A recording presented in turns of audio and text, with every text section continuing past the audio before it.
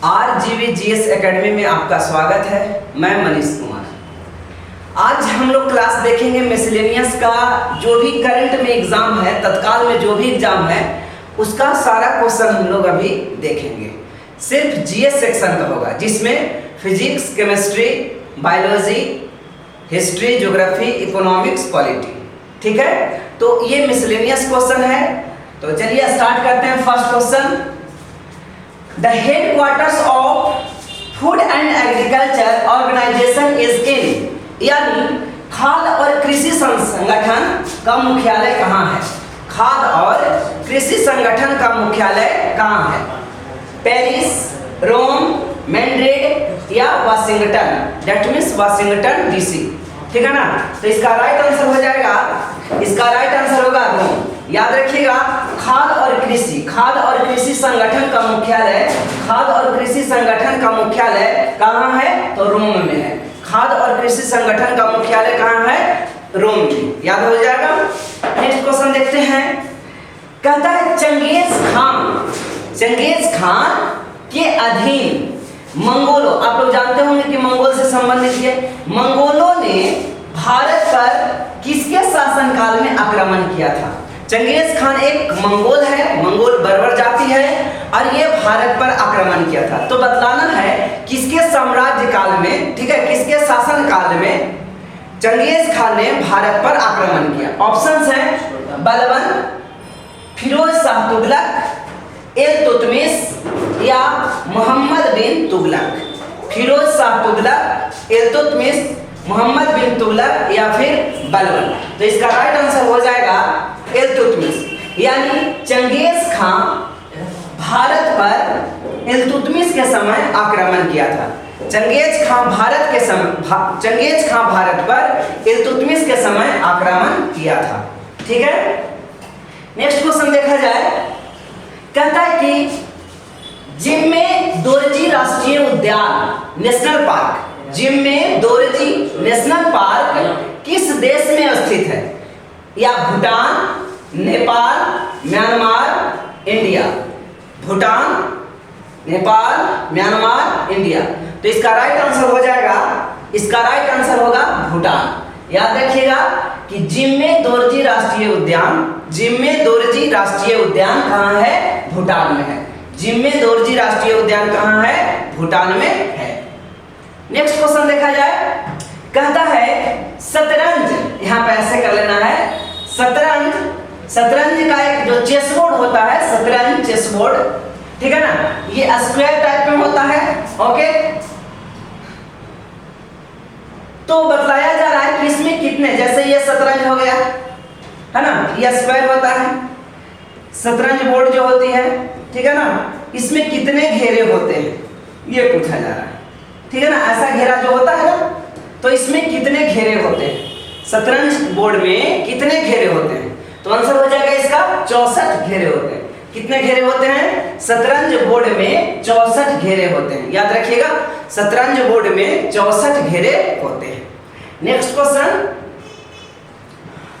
कहता है कि सोने और चांदी, गोल्ड एंड सिल्वर को किसके द्वारा, ठीक है ना, को किसके द्वारा संबंधित अयस्कों से निकाला जाता है? यानी कौन सा ओर से इसे एक्सट्रैक्शन किया जाएगा?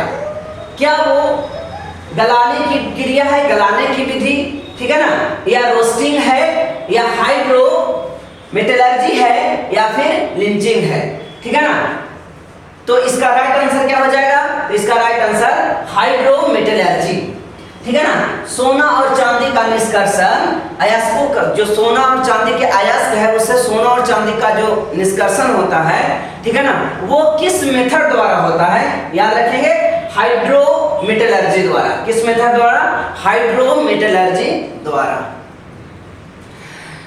अगला है बायोलॉजी से संबंधित है, पॉलिनेशन यानी परागण। परागण मतलब पॉलिनेशन, परागण मतलब क्या होता है? पॉलिनेशन। ठीक है ना, परागण को सबसे अच्छे रूप में परिभाषित किया जाता है या किया गया है ना। Pollination is the best defined as growth of pollen tube in ovule, यानी अंडाशय में पराग ट्यूब की वृद्धि, दूसरा है transfer of pollen from anther to stigma, यानी इसका एंथर लिख दिया है, ठीक है ना, एंथर से कलंग में पराग का हस्तांतरण, ठीक है, या फिर विजिटिंग फ्लावर्स बाय इंसेक्ट, यानी कीड़ों द्वारा फूलों के दौरान, है ना, कीड़ों द्वारा फूल पर जो कीड़ा, उसमें क्या होता है कि कीड़ा फूल पर क्या होता है, आने जाने से और ये परागण हो जाती है ना। फिर क्या है, जर्मिनेशन ऑफ पॉलिन ग्रेन्स, यानी परागणों का अंकुरण। तो इसका राइट आंसर हो जाएगा, याद रखिएगा कि ये ट्रांसफर करता है, ठीक है ना, कहां से, एंथर से स्टिग्मा पर, है ना, एंथर से स्टिग्मा। जैसे ये फूल खिला हुआ इस प्रकार से, यहाँ पे इस प्रकार रहता है बना हुआ, फूल में देखे होंगे, है ना, ये इसका पेटल हो गया, तो इसका ये पेटल है, यहाँ पे ये क्या है, एंथर, ये क्या है, ये एंथर, ठीक है ना, और ये स्टिग्मा। तो एंथर से स्टिग्मा में आने की क्रिया क्या कहलाती है, परागण कहलाती है, यानी पॉलिनेशन कहलाती है, ठीक है ना। याद रखिएगा कि पॉलिनेशन क्या होता है, तो एंथर से स्टिग्मा में आने की, कणों के आने की क्रिया क्या कहलाता है, परागण कहलाता है। नेक्स्ट क्वेश्चन देखा जाए, कहता है बरसापारा स्टेडियम किस शहर में अवस्थित है। बरसापारा स्टेडियम जो है वो किस शहर में है, अमृतसर, जोधपुर, गुवाहाटी या बड़ोदरा, ठीक है ना। तो इसका राइट आंसर हो जाएगा, इसका राइट आंसर कि बरसापारा स्टेडियम किस शहर में है, तो गुवाहाटी है, असम के गुवाहाटी में। याद रखिएगा, बरसापारा स्टेडियम असम के गुवाहाटी में। कहां पे है, बरसापारा स्टेडियम असम के गुवाहाटी में है। नेक्स्ट क्वेश्चन देखा जाए, कहता है व्हाट इज द कैपिटल, है ना, करेंसी ऑफ बोत्सवाना, यानी बोत्सवाना की राजधानी कहां है, कैपिटल कहां है, और उसका मुद्रा क्या है, यानी करेंसी क्या है। तो क्या इसको वेलमोपान या डॉलर, वेलमोपान इसकी राजधानी, और इस तरफ इसका करेंसी दिया हुआ है, ठीक है ना, कैपिटल हो गया, इधर करेंसी, या गैबोरोन, और यहाँ पे पुला, फिर है निकोसिया या फिर पेसो, फिर है रोसेऊ और क्रोन। तो इसका राइट आंसर हो जाएगा ए ऑप्शन, यहाँ पे बी ऑप्शन यहाँ पे राइट मिलेगा कि बोत्सवाना की राजधानी गैबोरोन है। याद रखिएगा, बोत्सवाना की राजधानी क्या है, गैबोरोन है।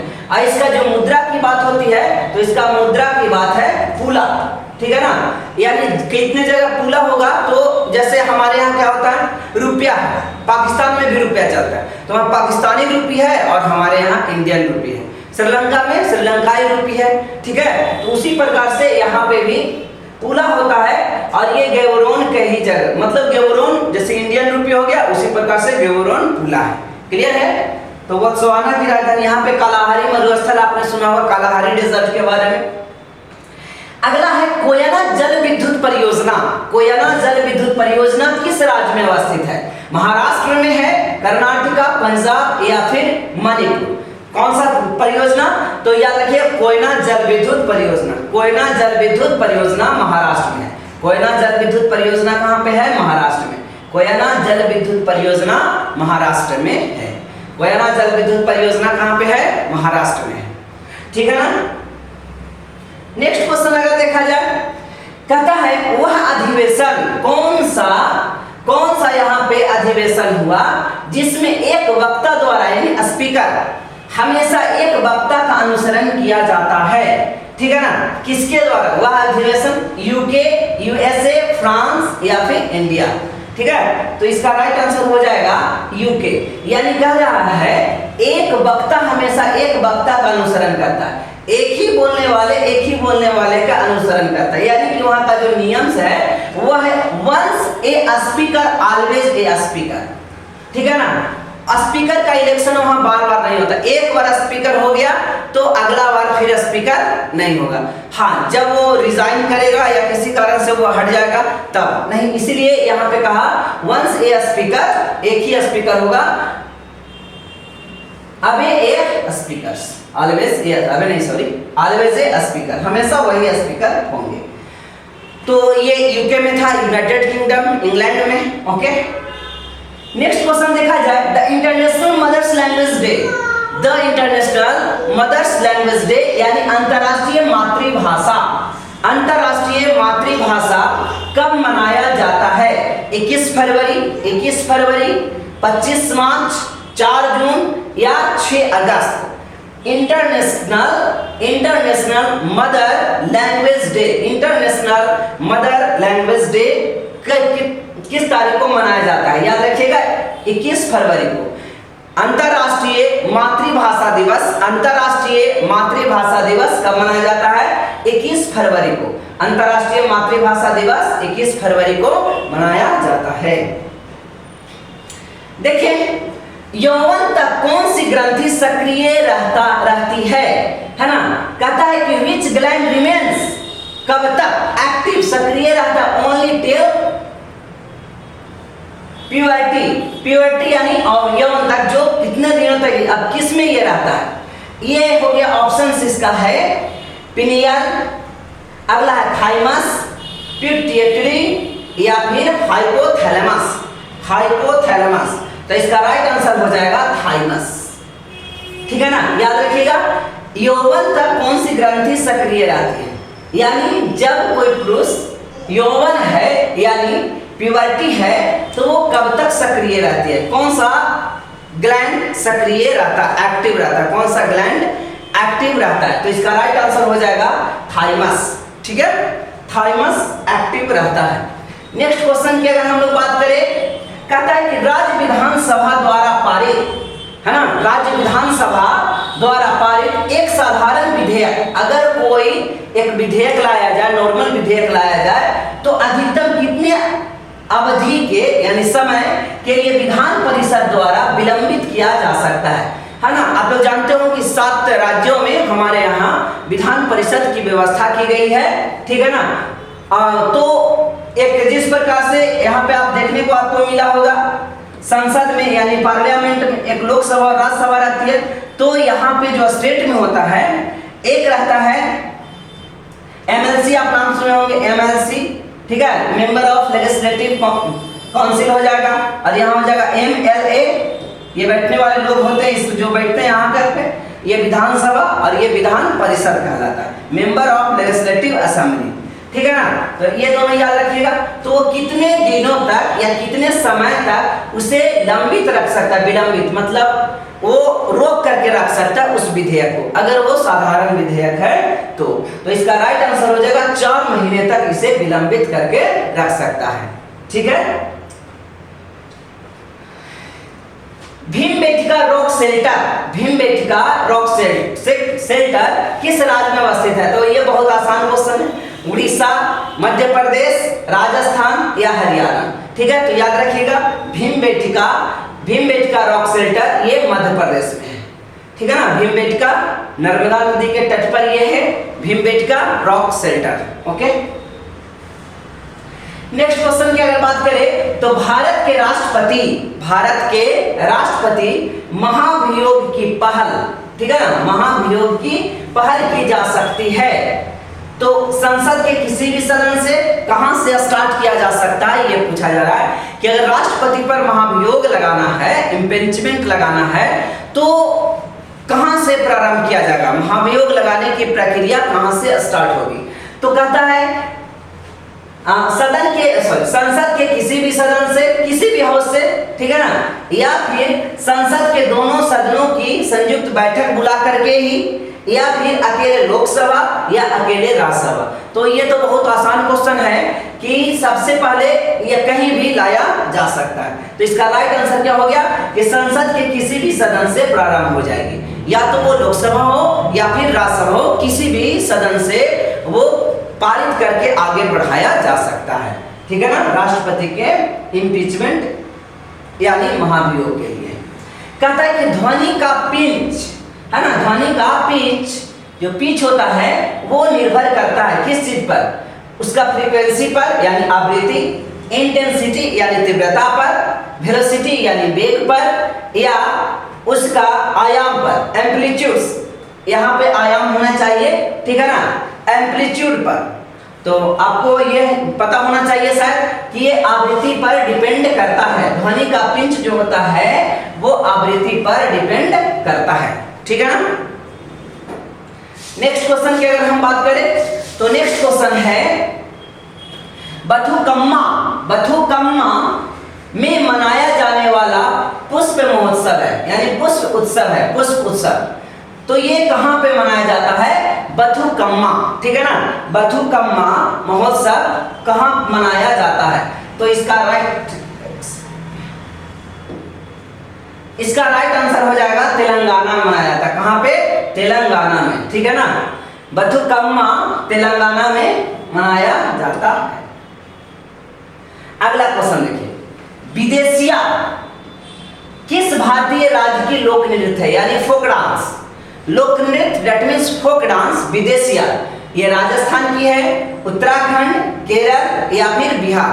तो विदेशिया जो है वो कहाँ की है? बिहार की है। विदेशिया जो फोक डांस है ये बिहार की है, ठीक है ना। इस प्रकार से जो स्टेट में अपने स्टेट में एग्जाम होते हैं उसके लिए ऐसा क्वेश्चन ज्यादा इंपॉर्टेंट हो जाता है राज्य से संबंधित। सरस्वती सम्मान किस क्षेत्र में प्रदान किया जाता है?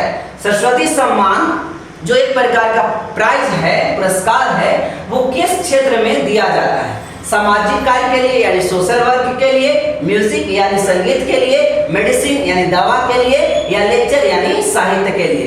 तो इसका राइट आंसर हो जाएगा साथियों कि ये साहित्य के लिए सरस्वती सम्मान दिया जाता है। सरस्वती सम्मान जो प्राइज है वो साहित्य यानी लिटरेचर के फील्ड में यानी लिटरेचर से संबंधित चीजों में दिया जाता है। नेक्स्ट क्वेश्चन है, खेती को शिफ्ट करने की प्रथा का उपयोग किससे किया जाता है, किसमें किया जाता है ना। खेती को शिफ्ट करने की जो प्रथा है इसका उपयोग किसमें किया जाता है, कहाँ किया जाता है? मतलब हिमाचल प्रदेश में, सेंट्रल हाईलैंड्स में यानी जहां उच्च भूमि हो, है ना, सेंट्रल हाईलैंड मध्य उच्च भूमि में, या कोस्टल तमिलनाडु, तटीय तमिलनाडु, या फिर नागालैंड में। तो इसका राइट आंसर हो जाएगा ये नागालैंड में खेती को शिफ्ट करने की प्रथा है, ठीक है ना। खेती को शिफ्ट करने की प्रथा कहां पे है?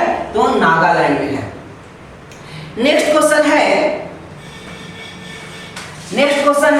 निम्नलिखित में से किस राज्य में, निम्नलिखित में से किस राज्य में, निम्नलिखित में से किस राज्य में ऊर्ज होम संस्कृति मौजूद थी? निम्नलिखित में किस राज्य में ऊर्ज होम संस्कृति मौजूद थी? ठीक है ना।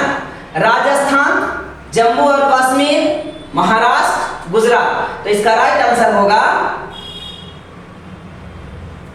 हाँ जम्मू कश्मीर में। याद रखिएगा कि ऊर्ज होम संस्कृति यहीं पे आपका गुफा मिला था, घर के गड्ढा बना करके और अंदर जाने की व्यवस्था होती थी और जमीन के अंदर इस प्रकार के ऊर्ज होम का गड्ढा मिला था, गुफा मिला था।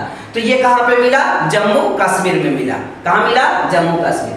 नेक्स्ट क्वेश्चन है नारंग कप। नारंग कप किस खेल से संबंधित है? नारंग कप किस खेल से संबंधित है? Tennis, badminton, golf, hockey. Narang cup किस खेल से संबंधित है? तो इसका राइट आंसर हो जाएगा साथियों नारंग कप जो है वो बैडमिंटन से संबंधित है। हरण सानिया मिर्जा इससे खेल से संबंधित है, याद रखिएगा। नेक्स्ट क्वेश्चन है केंद्रमुख राष्ट्रीय उद्यान। केंद्रमुख राष्ट्रीय उद्यान किस राज्य में अवस्थित है? केंद्रमुख राष्ट्रीय उद्यान किस राज्य में अवस्थित है? तो इसका राइट आंसर हो जाएगा कर्नाटक। नेक्स्ट क्वेश्चन है कि परमाणु संख्या 57, परमाणु संख्या 57 किससे संबंधित है? P block, F block, D block, S block. ठीक है, तो परमाणु संख्या 57 जो है वो किससे संबंधित है? डी ब्लॉक से संबंधित है। जैसे आप पीरियोडिक टेबल आपने देखा होगा कि इस फॉर्मेट में पीरियोडिक टेबल बना होता है, ठीक है ना। और यहां पे दो हॉरिजॉन्टल में ऐसे वर्टिकल कॉलम, यहां 14 एलिमेंट्स, इसे दो भागों में बने होते हैं। ये होता है आपका एफ ब्लॉक। क्या होता है? F block. ये दोनों जो है वो एस ब्लॉक होता है, ठीक है। और ये यहां से यहां तक के 10 गो डी ब्लॉक होता है, याद रखिएगा। और ये होता है पी ब्लॉक। तो यहाँ पे क्वेश्चन क्या है कि परमाणु संख्या अगर 57 हो तो वो किस ब्लॉक के अंतर्गत आएगा, तो आंसर हो जाएगा उसको डी ब्लॉक। अगला है ग्लाइकोजन, स्टार्च और सेल्यूलोज। ग्लाइकोजन, स्टार्च और सेल्यूलोज किसके पॉलीमर्स हैं? ये किसके पॉलीमर हैं? ऑप्शंस हैं फ्रुक्टोज, शर्करा, लैक्टोज या माल्टोज। इसका राइट आंसर हो जाएगा कि ग्लाइकोजन, स्टार्च और सेल्यूलोज किसके पॉलीमर हैं? पॉलीमर समझ में आ ही रहा होगा, बहुलक। बहुलक को ही पॉलीमर बोला जाता है, याद रखिएगा। हिंदी में पॉलीमर को बहुलक, अब तो इंग्लिश वाले वर्ड को ही इंग्लिश हिंदी में लिख दिया जाता है, यहाँ पे ये हो जाता है बहुलक, ठीक है ना, बहुलक, ठीक है। तो ये शर्करा में मौजूद होता है, किसमें होता है? शर्करा में होता है। अंतरराष्ट्रीय क्रिकेट परिषद यानी आईसीसी, अंतरराष्ट्रीय इंटरनेशनल क्रिकेट काउंसिल का मुख्यालय कहाँ स्थित है? बहुत इंपॉर्टेंट क्वेश्चन है, ये अक्सर एग्जाम में पूछ लिया जाता है अगर क्रिकेट से संबंधित कोई क्वेश्चन है तो दुबई जो यूएई में है, जनेवा यानी स्विट्जरलैंड में, वाशिंगटन डीसी यानी यूएसए में, मॉन्ट्रियल यानी कनाडा में। तो इसका राइट आंसर हो जाएगा दुबई में। कहाँ पे? दुबई में। तो अंतरराष्ट्रीय क्रिकेट परिषद का मुख्यालय, दैट मींस हेडक्वार्टर, इंटर क्या है? Where is the headquarter of International Cricket Council, या दैट मींस आईसीसी लोकेटेड, यानी कहाँ पे ये लोकेटेड है? तो आंसर है, ठीक है ना, दुबई। दुबई कहाँ पे है? तो संयुक्त अरब अमीरात में, संयुक्त अरब अमीरात, यहाँ पे आप लिख लीजिएगा अमीरात, है ना, यूएई, इसका शॉर्ट में बोलते हैं यूएई, संयुक्त अरब अमीरात, ठीक है। नेक्स्ट क्वेश्चन देखिए, कहता है निम्नलिखित में से कौन नवोदित के माध्यम से प्रजनन करता है? नवोदित के माध्यम से प्रजनन करता है, नवोदित यानी बडिंग प्रोसेस द्वारा। बड मतलब जानते ही होंगे कि अगर ये पौधा है, यहाँ से अंकुर हुआ, ये नीचे गिर गया, यहाँ से भी नया पौधा बन जाता है, ये होता है बडिंग, ठीक है ना। तो बडिंग प्रोसेस द्वारा अमीबा में, पैरामीशियम में, खमीर में या पैथोजेनिक में, तो इसका राइट आंसर हो जाएगा खमीर में, ईस्ट में। याद रखिएगा कि निम्नलिखित में से ये चार ही ऐसी, इसके अलावा भी और होगा, ठीक है ना। तो ये नहीं कि आप खमीर तो खमीर कहने का मतलब इससे और अधिक है, लेकिन यहाँ पे चारों में बडिंग प्रोसेस द्वारा कौन सा रिप्रोडक्शन करेगा? तो ऑप्शन का आंसर हो गया ईस्ट यानी खमीर। नेक्स्ट देखिए, उत्तर कोरिया की राजधानी और मुद्रा बताएं। यहाँ से दो क्वेश्चन आपको पूछ लिया गया, एक पहले था बोत्सवाना जिसकी राजधानी गयोरन था। तो उत्तर कोरिया की राजधानी और उसकी करेंसी की बात करता है, ठीक है ना, जस्ट अ मिनट।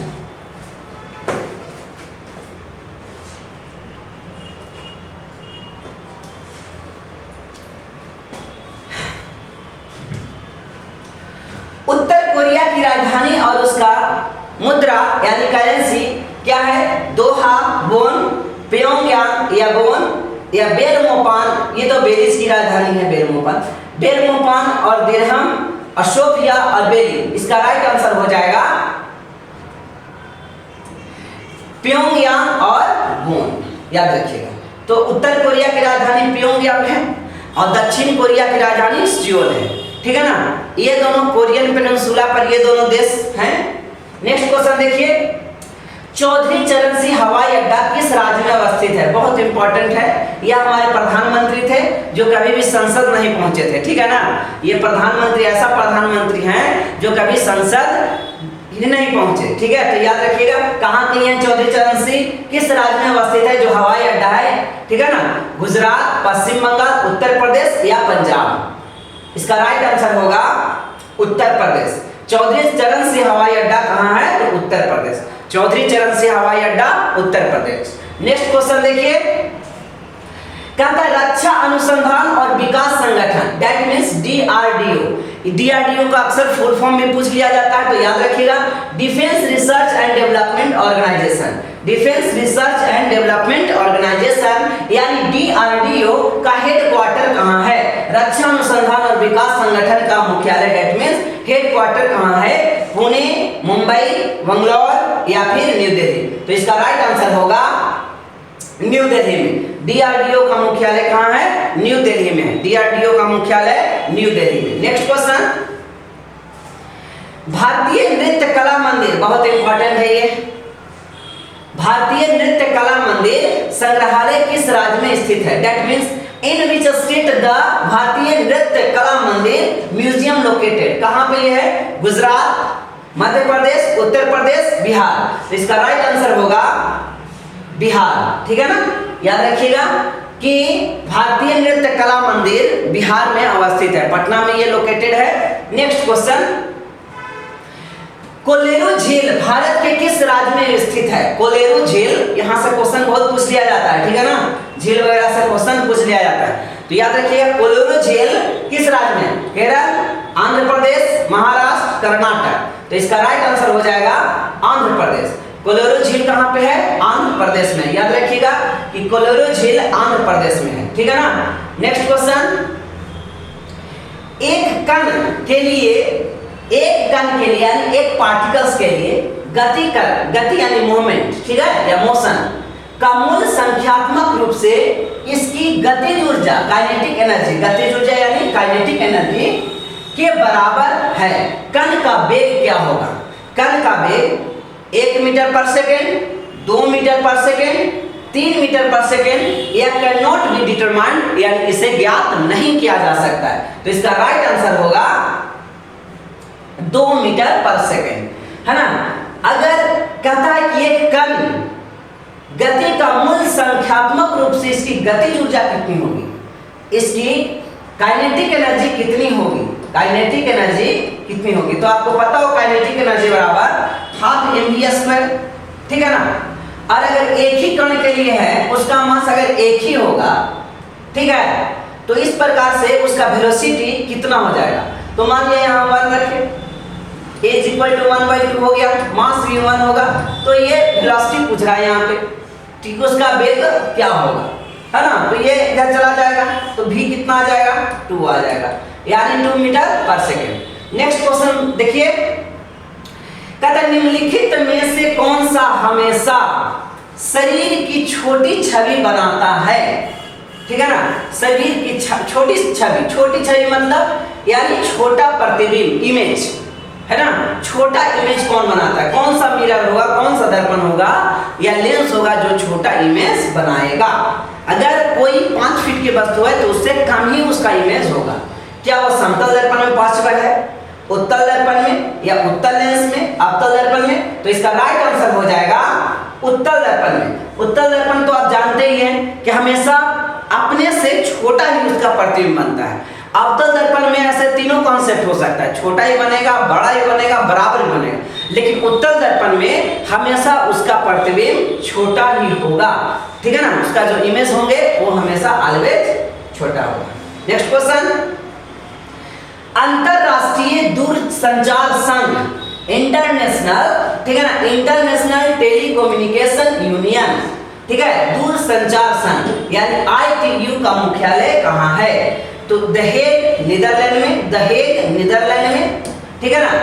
स्पेन यानी मैड्रिड में, मैड्रिड की राजधानी स्पेन की राजधानी कहाँ पे? मैड्रिड है। या फिर जनेवा, दैट मींस ये स्विट्जरलैंड का एक शहर है जनेवा, इसकी राजधानी बर्न है।